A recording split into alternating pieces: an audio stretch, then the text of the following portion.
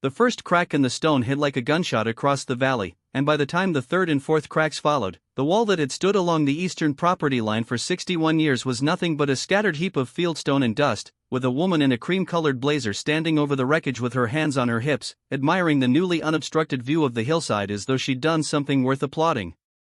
What she didn't know, what none of them knew, was that the land behind that wall had never truly been unguarded, not for as long as anyone could remember, and that what happened in the weeks that followed would leave her association, her reputation, and her carefully staged garden party in absolute ruin. Elias Doran was 48 years old when it happened, though the story of the land beneath his boots stretched back nearly a century before he was born. His grandfather, a stonemason by trade named Elias Doran, had purchased 11 acres of rocky hillside pasture in 1959 for almost nothing, back when the region was considered too steep and too dry to farm properly, and had spent the better part of 2 decades hauling fieldstone up from the creek bed by mule to build the low wall that would eventually mark the eastern boundary of the property. Silas had died before Elias was old enough to remember his voice clearly, but the wall remained, patched and remortared twice by Elias's father, Nathaniel, who had inherited both the land and his father's quiet, unshowy devotion to maintaining it. Nathaniel taught Elias to lay stone the same way his own father had taught him, without mortar in the old sections, relying instead on the weight and balance of the rock itself, a method that had outlasted 3 generations of harsher winters than anyone expected. When Nathaniel passed in 2011, the land passed to Elias free and clear, along with a deed that had been recorded, re-recorded, and surveyed twice, and a boundary wall that had never once been disputed by a single neighbor in 60 years. Elias was not a man who sought attention. He worked as an independent land surveyor himself, which meant he understood property lines and easements with a precision most people never bothered to learn, and he kept to himself on the 11 acres, raising a small herd of goats, tending an overgrown but productive fig orchard his father had planted along the southern slope, and maintaining the property with the same patient, unhurried care his family always had. The land sat at the edge of a newer development called Larkspur Hollow, a gated community of stucco houses and manicured lawns that had been built up around his property over the previous decade, close enough that the association's boundary technically abutted his own, though Elias's land had never been part of the HOA and never would be, a fact clearly reflected in his deed, his plat map, and the original 1959 survey that still hung, slightly yellowed, in a frame above his desk. For years, the arrangement had been peaceful enough. The development's residents largely ignored the older, wilder property next door, and Elias, in turn, kept to his own fence lines and asked nothing of anyone. That changed the year Priscilla Vane was elected president of the Larkspur Hollow Homeowners Association. Priscilla was 53, sharply dressed, endlessly active on the neighborhood's social media page, and possessed of a particular hunger for control that seemed to intensify the longer she held the position. She had campaigned for the presidency on a platform of elevating property values and restoring pride of place to the community, phrases she repeated often enough that they'd become something like a personal slogan, and one of her earliest initiatives as president involved commissioning a professional appraisal of every home bordering what the association had taken to calling the hillside corridor, the ridge of land that included the western edge of Elias's 11 acres. The appraisal, delivered quietly to the board in a closed session, noted that homes with an unobstructed view of the hillside sunset commanded a meaningfully higher resale value than those without, and Priscilla, who had purchased her own home along that very ridge 2 years earlier, seized on the finding with an enthusiasm that quickly outpaced her authority. The old stone wall, she began telling anyone who would listen, was an eyesore, a relic, a low, crumbling thing that blocked sightlines and dragged down the community's carefully cultivated aesthetic, never mind that it stood entirely on private land that had never belonged to the association in any capacity, and never mind that Elias Doran had lived beside that wall his entire life without a single complaint from a single neighbor in all that time. She began referencing it in board meeting minutes as the Doran obstruction, a phrase that made its way, eventually, back to Elias himself through a neighbor who mentioned it in passing at the local feed store, and though he said nothing about it at the time, he made a note of the date in a small notebook he kept in the truck's glove box, a habit he'd carried since his surveying days, when documenting small details early had a way of mattering enormously later on. He had no way of knowing yet just how much that particular habit was about to matter, or how far Priscilla Vane was willing to go to get the view she believed she was owed. Weeks passed before anything arrived in writing, and when it finally did, it came in the form of a certified letter bearing the Larkspur Hollow Homeowners Association letterhead, addressed formally to Mr. Elias Doran, adjacent property owner, a phrase that struck Elias as oddly clinical given that his family had been living beside the development since before most of its residents had been born. The letter, dated the 14th of March and signed by Priscilla Vane in her capacity as board president, informed him that the association had received multiple resident complaints regarding the condition of the stone wall along the shared boundary, describing it as a structural hazard and an aesthetic detriment to the community, and requesting that he either repair the wall to modern landscaping standards or remove it entirely within 30 days. Elias read the letter twice at his kitchen table, then a third time, noting with quiet interest that it cited no specific ordinance, no building code, and no legal authority under which the association could compel him to do anything at all with a structure standing entirely on his own deeded land. He folded the letter carefully, placed it in a manila folder he'd started keeping in a drawer beside the stove, and wrote the date, the sender, and a brief summary of its contents on the folders tab, a habit that would, in time, grow into a much thicker file than he expected. He did not respond with anger. He did not respond with silence either, which might have been easier. Instead, he drove into town 3 days later and had his attorney draft a short, courteous letter in reply, stating plainly that the wall in question stood entirely within his own recorded property boundary as established by the 1959 survey, that it posed no structural hazard to anyone, and that the association held no jurisdiction over improvements or structures on land outside its own governing documents. He mailed the letter certified, kept the receipt, and added it to the folder. For a while, that seemed to be the end of it, or at least the end of that particular exchange, though Elias noticed, in the weeks that followed, that Priscilla had taken to walking her small terrier along the ridge road most evenings around dusk, pausing at the edge of her own yard to stare out toward the wall and the hillside beyond it with an expression he could only describe as proprietary, as though she were surveying something that belonged to her and had simply been misplaced. The second letter arrived in April, this one citing a newly passed community beautification amendment that Priscilla had pushed through a sparsely attended board meeting, an amendment that, as far as Elias's attorney could determine, applied exclusively to properties formally enrolled in the association and carried no legal weight whatsoever over land outside its recorded boundaries. Still, the letter's tone had shifted from request to something closer to demand, warning of further association action if the wall were not addressed, language vague enough to mean almost anything and specific enough to unsettle a less patient man. Elias filed it beside the first. He also began, around this time, to notice small things that seemed harmless in isolation but troubled him when considered together: a survey stake near the property line that had clearly been disturbed and reset a few inches into his side of the boundary, a section of fence wire along the southern edge that had been cut and left hanging rather than simply broken, and, on one particular morning in early May, 3 of his goats found wandering along the ridge road nearly half a mile from home. The gate to their pen standing wide open, though he was certain as a man could be, that he had latched it himself the night before. He said nothing publicly.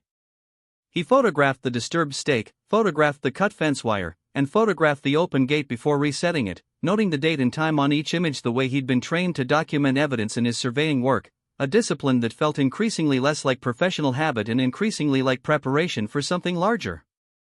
He mentioned none of it to Priscilla or the board, choosing instead to let the pattern establish itself in his files rather than in confrontation, a decision that would later prove to be the single most important choice he made in the entire ordeal.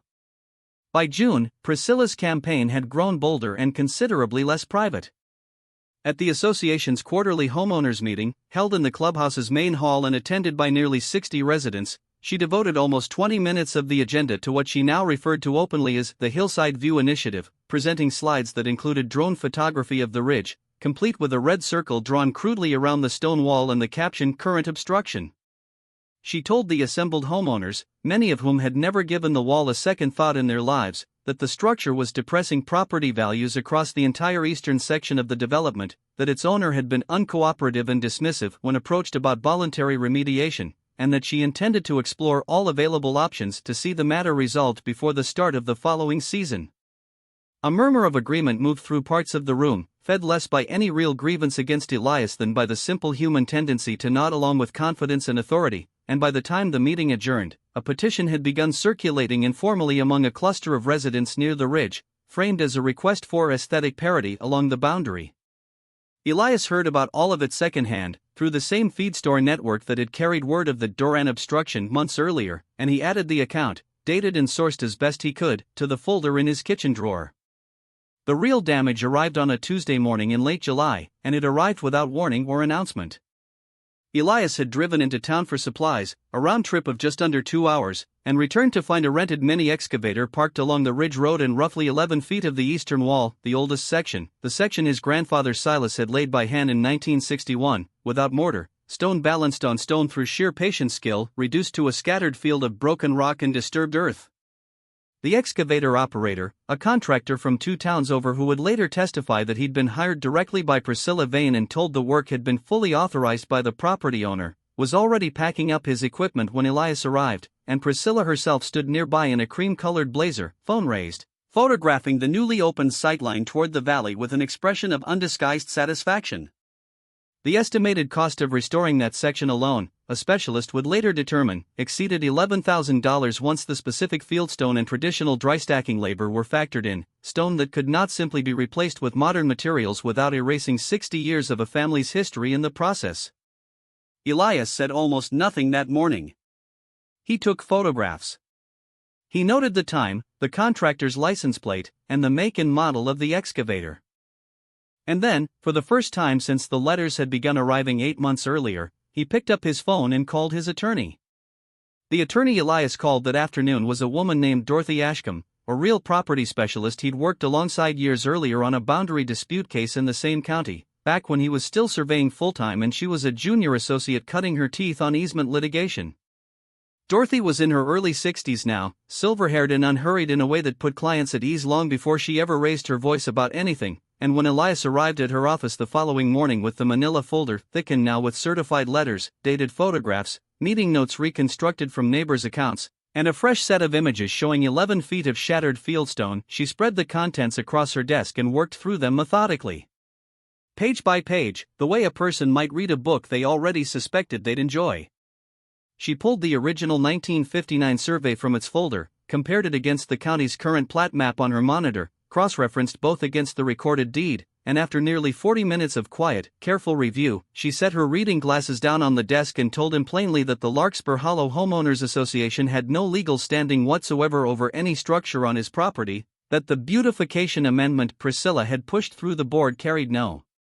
enforceability beyond the association's own recorded boundaries, and that what had happened to the eastern wall constituted, in the clearest possible terms, criminal property destruction and trespass, compounded by what appeared to be a deliberate pattern of harassment stretching back through the entire winter and spring. Dorothy did not advise him to sue immediately, though the option was plainly available to him. Instead, she advised patience, the same quality Elias had practiced instinctively for months without anyone telling him to. She explained that a hasty lawsuit filed in anger, without a fully documented pattern of conduct, often collapsed under its own momentum, while a case built slowly and thoroughly, with dates, photographs, contractor testimony, and a clear paper trail of escalating harassment, tended to be nearly impossible for the opposing side to talk their way around. She recommended he continue documenting everything, formally request the association's internal meeting minutes and board communications through a legal records request, since as an adjacent property owner directly named in those minutes he had standing to obtain them, and begin quietly installing security cameras along the boundary line, both to protect the remaining wall and to capture, in real time, whatever came next. Elias agreed to all of it. He left her office that afternoon and drove straight to a hardware supplier in the county seat, where he purchased 4 solar-powered trail cameras designed for wildlife monitoring, discreet, weatherproof, and capable of recording both day and night footage, and installed them himself over the course of the following weekend along the fence line, the goat pen gate, and the remaining stretch of the eastern wall. The records request, filed formally through Dorothy's office in early August, produced results faster than either of them expected. Within 3 weeks, the association's property manager, a soft-spoken man named Ruben Castell who had grown visibly uncomfortable with the direction the board had taken months earlier but lacked the standing to stop it, delivered a thick packet of internal emails and meeting minutes stretching back nearly a year. Buried within them was a message Priscilla had sent to 2 other board members back in February, months before the first certified letter had even gone out, in which she referenced the hillside corridor appraisal and wrote, in language considerably less careful than her public statements, that removing the Doran wall would add an estimated 4 to 6% to resale values along the ridge, her own home included, and that she intended to find a path toward that outcome with or without his cooperation. Dorothy read the email aloud in her office, then read it again, and told Elias that if the case ever reached a courtroom, that single sentence alone would likely do more damage to Priscilla Vane's credibility than anything else in the entire file. Through August and into early September, the cameras did their quiet work.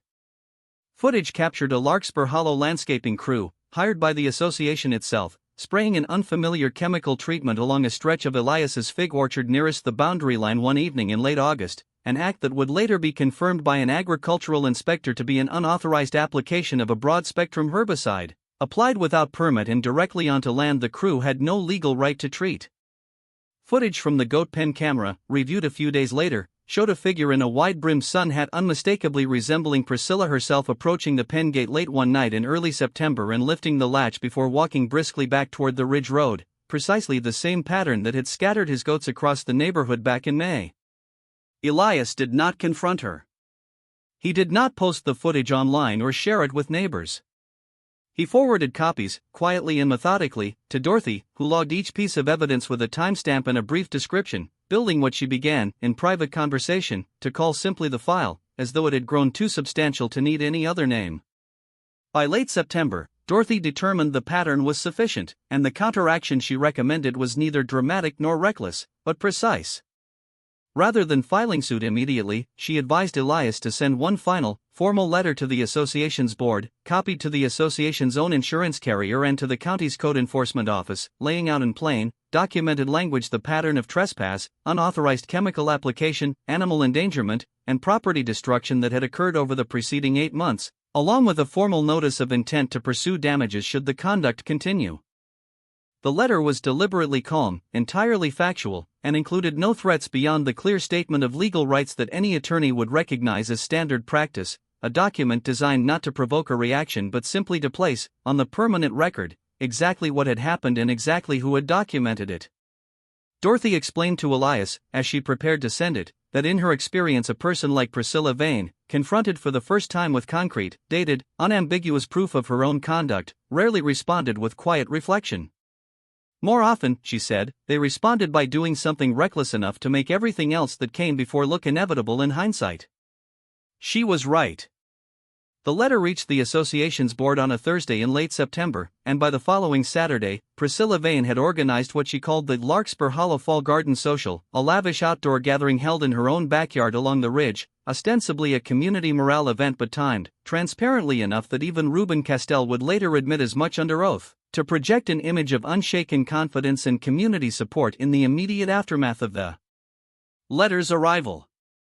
She invited nearly the entire development, hired a small catering company, strung white lights along the newly unobstructed hillside view she had fought 8 months to secure, and stood at the center of her own manicured lawn that Saturday evening, glass of wine in hand, admiring the sweeping, uninterrupted sightline toward the valley that the shattered remains of Elias Doran's 60-year-old wall had made possible. What she did not know, and what none of her guests could have anticipated as the sun dropped low over the ridge and the string lights flickered on, was that the same disturbed, freshly turned earth left behind by the excavator work months earlier, combined with the recent unauthorized herbicide treatment that had killed off a dense patch of native brush along the property line, had created exactly the kind of exposed, disrupted terrain that tends, without any human encouragement whatsoever, to draw the attention of a small and highly motivated population of honey badgers that had been quietly relocated to the county's wildlife corridor 18 months earlier as part of an entirely unrelated conservation release program 2 ridges over. The first sign that something was wrong came just after 8 o'clock, when a low, guttural snarling sound rose from beneath the catering table nearest the ridge, followed almost immediately by a scream from one of the servers as a stocky, low-slung animal with a broad silver stripe running down its back shot out from beneath the tablecloth and barreled directly into the legs of a startled guest holding a plate of grilled shrimp.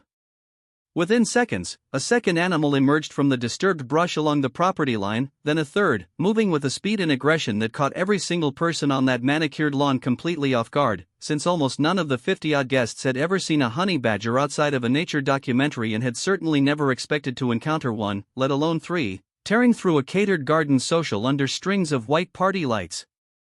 The animals, drawn by the scent of the catering spread and further agitated by the freshly disturbed, herbicide-cleared earth that had displaced them from their newly established burrows along the boundary, showed none of the timidity most guests associated with wildlife encountering a crowd of humans, and within a matter of minutes the elegant gathering had dissolved into genuine chaos, guests scattering toward their cars and back doors, a folding table collapsing under the weight of 2 adults trying to climb over it simultaneously, and Priscilla Vane herself, still holding her wineglass, backing rapidly toward her own pool deck as one of the animals took a determined interest in the overturned charcuterie board near her feet. It was the pool, ultimately, that turned a chaotic scene into a genuine crisis.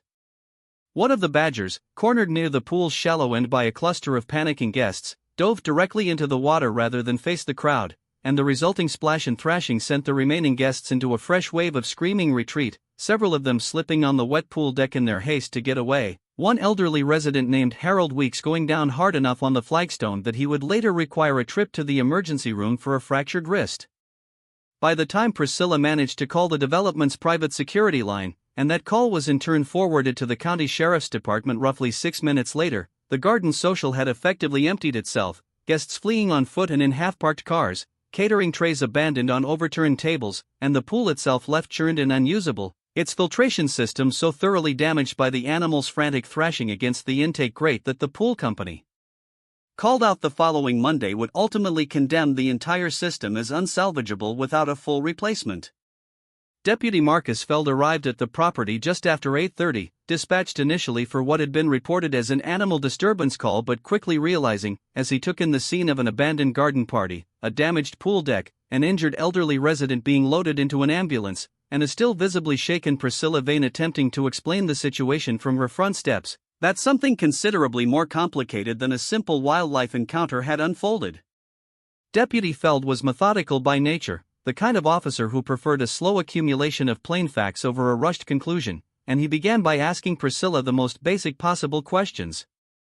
How long had the animals been in the yard, had she seen where they came from, and had there been any recent landscaping or excavation work along that section of the property line?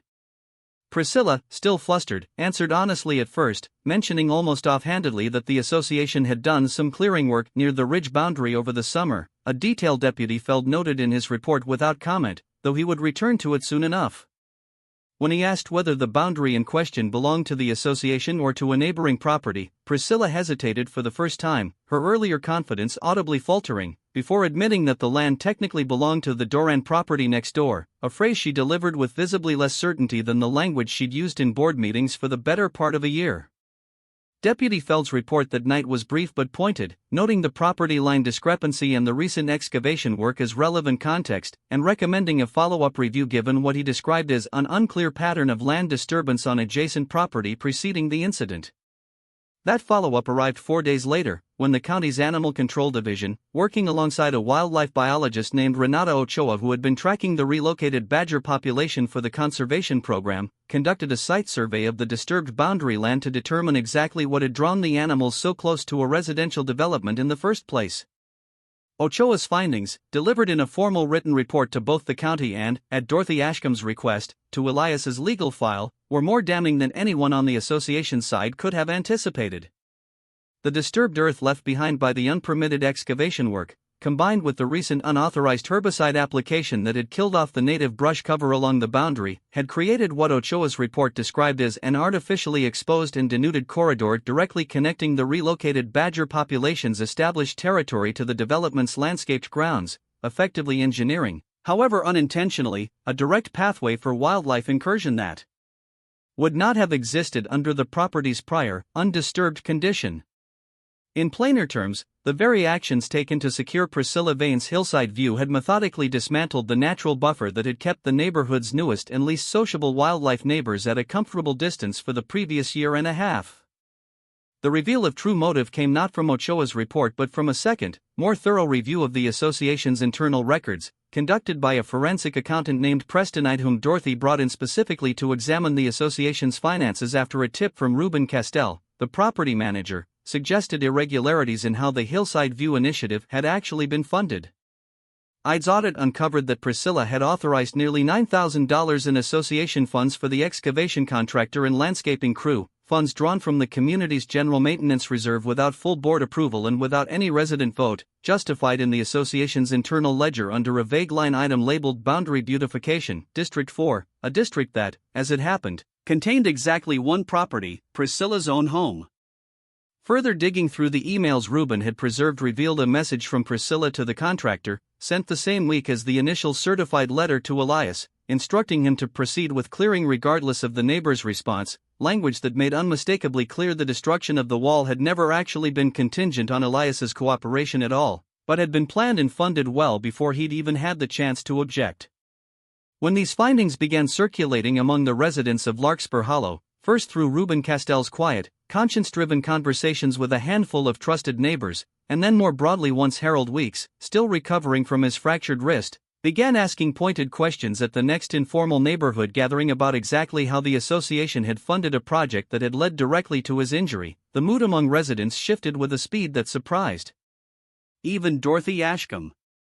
Neighbors who had nodded along politely at Priscilla's slideshow presentations back in June began recalling, out loud and to each other, small details that had troubled them at the time but that they dismissed rather than questioned as sitting board president: the drone photography that had seemed oddly aggressive for a simple property dispute, the dismissive way Priscilla had described Elias as uncooperative without ever specifying what cooperation she'd actually requested, the unusually large landscaping expenditure that had appeared, unexplained, in the association's last quarterly financial summary. A petition began circulating within the week, though this one bore no resemblance to the aesthetic parody petition Priscilla had encouraged back in June. This one called, plainly and directly, for a formal board review of Priscilla Vane's conduct as president, and it collected over 40 signatures within 3 days, roughly 2/3 of the entire development's active households. The lawsuit Dorothy Ashcombe eventually filed on Elias's behalf named both the Larkspur Hollow Homeowners Association and Priscilla Vane individually as defendants, citing trespass, intentional property destruction, unauthorized chemical application, and a pattern of harassment supported by nearly a year of dated documentation, photographs, contractor testimony, and the security footage that had quietly accumulated along the boundary line since August. The trial, held the following spring in the county courthouse, lasted just under 4 days, considerably shorter than either side had anticipated, largely because the evidence Dorothy presented left remarkably little room for interpretation. She walked the jury through the file methodically and without theatrics, beginning with the original 1959 survey and the unbroken chain of deeds establishing the Doran family's ownership, moving through the certified letters demanding the wall's removal under an amendment that applied to no property but the association's own, and ending with the excavation invoice and the internal email instructing the contractor to proceed regardless of the neighbor's response, a phrase the county's assistant district attorney, present as an observer given the animal control and injury components of the case, would later describe as the single most damaging sentence she'd heard in a civil trial in over a decade. Priscilla Vane took the stand on the third day, and her testimony unraveled with a swiftness that surprised even those who had watched her confidence erode steadily over the preceding months. Under Dorothy's calm, unhurried cross-examination, she was asked directly whether she had authorized the excavation work before or after Elias's attorney had formally responded to the first certified letter, and after a long pause, she admitted the contract had been signed nearly 6 weeks prior, undermining months of public statements framing the demolition as a last resort following his supposed non-cooperation. She was asked about the $9,000 drawn from the community's general maintenance reserve, and struggled to explain why a project benefiting exclusively her own property line had been funded through shared association resources without a board vote. She was asked, finally, about the goat pen footage, the herbicide application timeline, and Renata Ochoa's report establishing that the excavation and chemical clearing had directly created the conditions for the wildlife incursion that injured Harold Weeks, and by the time Dorothy finished, Priscilla's earlier composure had given way to short, clipped answers and long silences that the jury, watching closely, did not fail to notice. Judge Constance Marbury, a soft-spoken but exacting jurist known throughout the county for rulings that read more like careful essays than legal boilerplate, delivered her verdict on the fourth day with a thoroughness that left little ambiguity about her reasoning. She found the association and Priscilla Vane jointly liable for trespass and property destruction, ordering restitution covering the full cost of restoring the eastern wall using traditional dry stack methods and matching fieldstone, along with damages for the destroyed fig trees along the treated boundary and compensation tied to Harold Weeks's medical expenses, which the court determined were a foreseeable consequence of the reckless clearing work.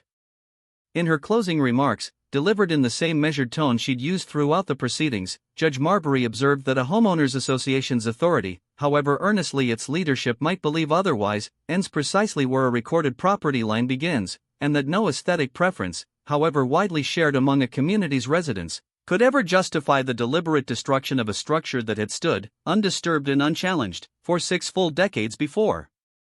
anyone decided it no longer suited their view. The line was quoted in the county's local paper the following week, and repeated, in one form or another, at nearly every Larkspur Hollow gathering for months afterward. The verdict effectively ended Priscilla Vane's tenure as board president, though the formal mechanism came a few weeks later, when the petition that had circulated the previous autumn culminated in a special meeting where residents voted, by an overwhelming margin, to remove her from the board entirely under the association's own bylaws regarding financial misconduct. Ruben Castell, still working as property manager and increasingly trusted by residents who'd watched him quietly do the right thing throughout the ordeal, oversaw the transition as a new board formed under the leadership of a longtime resident named Corinne Abra, a retired civil engineer who had signed the removal petition early and who made her first act as incoming president a formal written apology to Elias Doran, delivered in person along with a signed commitment that the association would never again attempt to assert authority over land beyond its recorded boundaries. Priscilla herself, facing both the court's financial judgment and the loss of her position, sold her home along the ridge and left Larkspur Hollow entirely by the following summer, the view she'd fought so hard to secure ultimately passing to new owners who, as far as anyone could tell, never once mentioned the wall at all. The wall itself was rebuilt that same spring, a specialist mason working alongside Elias himself over the course of 6 weeks, using salvaged stone wherever it could be recovered from the original demolition site and fresh fieldstone hauled up from the same creek bed his grandfather Silas had used more than 60 years earlier, the two of them working the old dry stack method by hand, stone balanced against stone without a drop of mortar, exactly as it had always been done. The fig orchard took longer to recover, the damaged trees requiring careful pruning and 2 full growing seasons before they bore fruit again in any meaningful quantity, but by the following autumn, the goats grazed the southern slope undisturbed, the boundary stood whole again, and the disturbed corridor of earth that had once drawn wildlife so close to the ridge had slowly begun to reclaim its native brush cover, Renata Ochoa's follow-up survey noting, with something like quiet satisfaction, that the badger population had resettled comfortably back into its original territory once the artificial gap had closed. Elias never spoke publicly about any of it beyond what the trial required, and in the years that followed, he continued much as he always had, surveying land for other families during the week, tending his goats in his orchard on the weekends, and walking the length of the eastern wall most evenings just to look at it, the way a person might visit a grave not out of grief but out of quiet, ongoing respect. He thought often, in those evening walks, about his grandfather hauling stone by mule up a hillside no one else believed was worth the effort, and about his father remortaring the same sections decades later without ever once suggesting the work might someday be worth less than the labor it cost, and he came to understand, more clearly than he ever had before the ordeal began, that the wall had never really been about the view at all, for him or for anyone.